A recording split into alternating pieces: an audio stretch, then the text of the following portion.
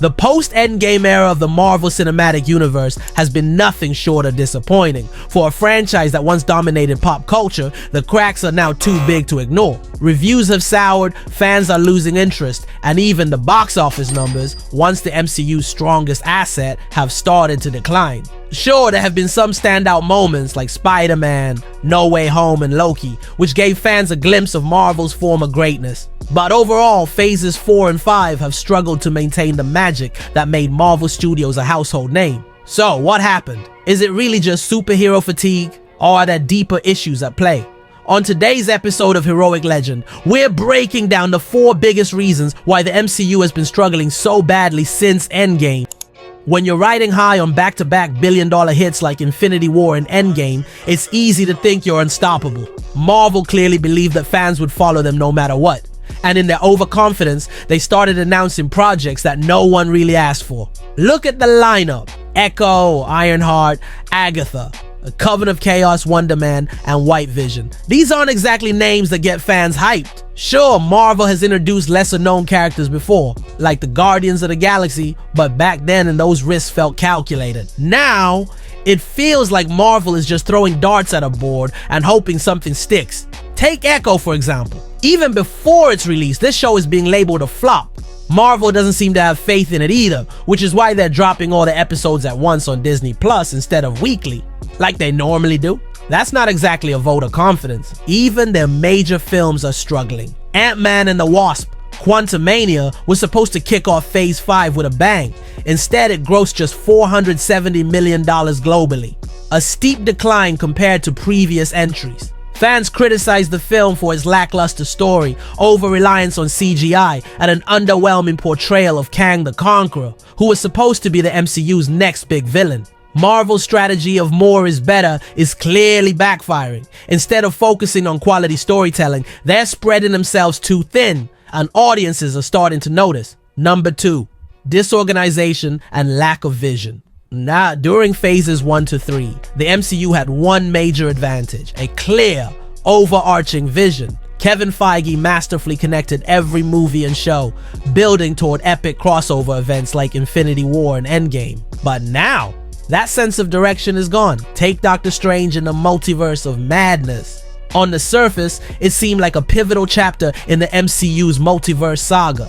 But behind the scenes, it was a mess. Elizabeth Olsen, who plays Wanda, admitted that WandaVision and Doctor Strange 2 didn't align because the movie started filming before the show was even finished. The result? A disjointed story that left fans scratching their heads. The problems don't stop there. Moon Knight lost his head right amid production, and Daredevil Born Again was recently forced to start over from scratch because the original footage didn't work. Even Marvel's release schedule is a disaster. For example, Spider-Man: No Way Home was released before Doctor Strange 2, which completely threw off the timeline. Originally, America Chavez was supposed to bring Andrew Garfield and Tobey Maguire's Spider-Man into the MCU.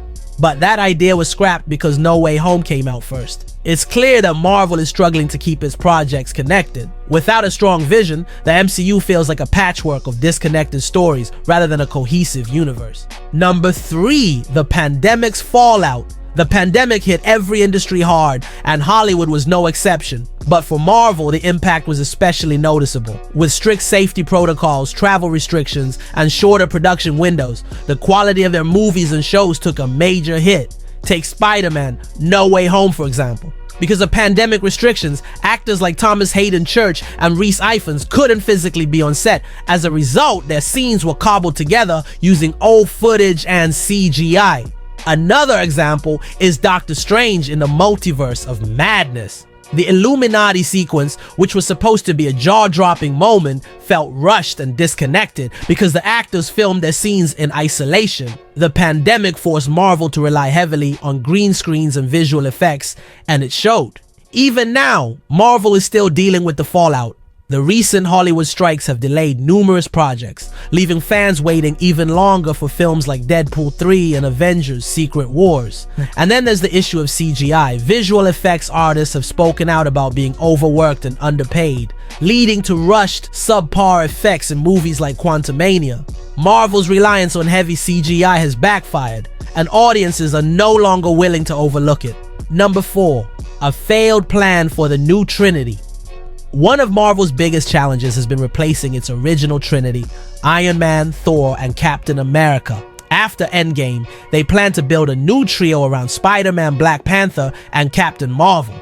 On paper, it seemed like a great idea. Spider-Man is one of the most popular superheroes in the world. Black Panther was a cultural phenomenon, and Captain Marvel grossed over $1 billion at the box office. But reality didn't go as planned. Sony's disputes with Marvel over Spider-Man's film rights made his future in the MCU uncertain. Chadwick Boseman's tragic passing left the Black Panther franchise without its iconic lead, forcing Marvel to pivot with Wakanda Forever. And while Captain Marvel was a financial success, the character hasn't connected with audiences the way Iron Man or Captain America did. This leaves Marvel without a strong foundation for its future. Fans aren't sure who the new central characters are supposed to be, and the lack of clarity has hurt the overall excitement for the MCU.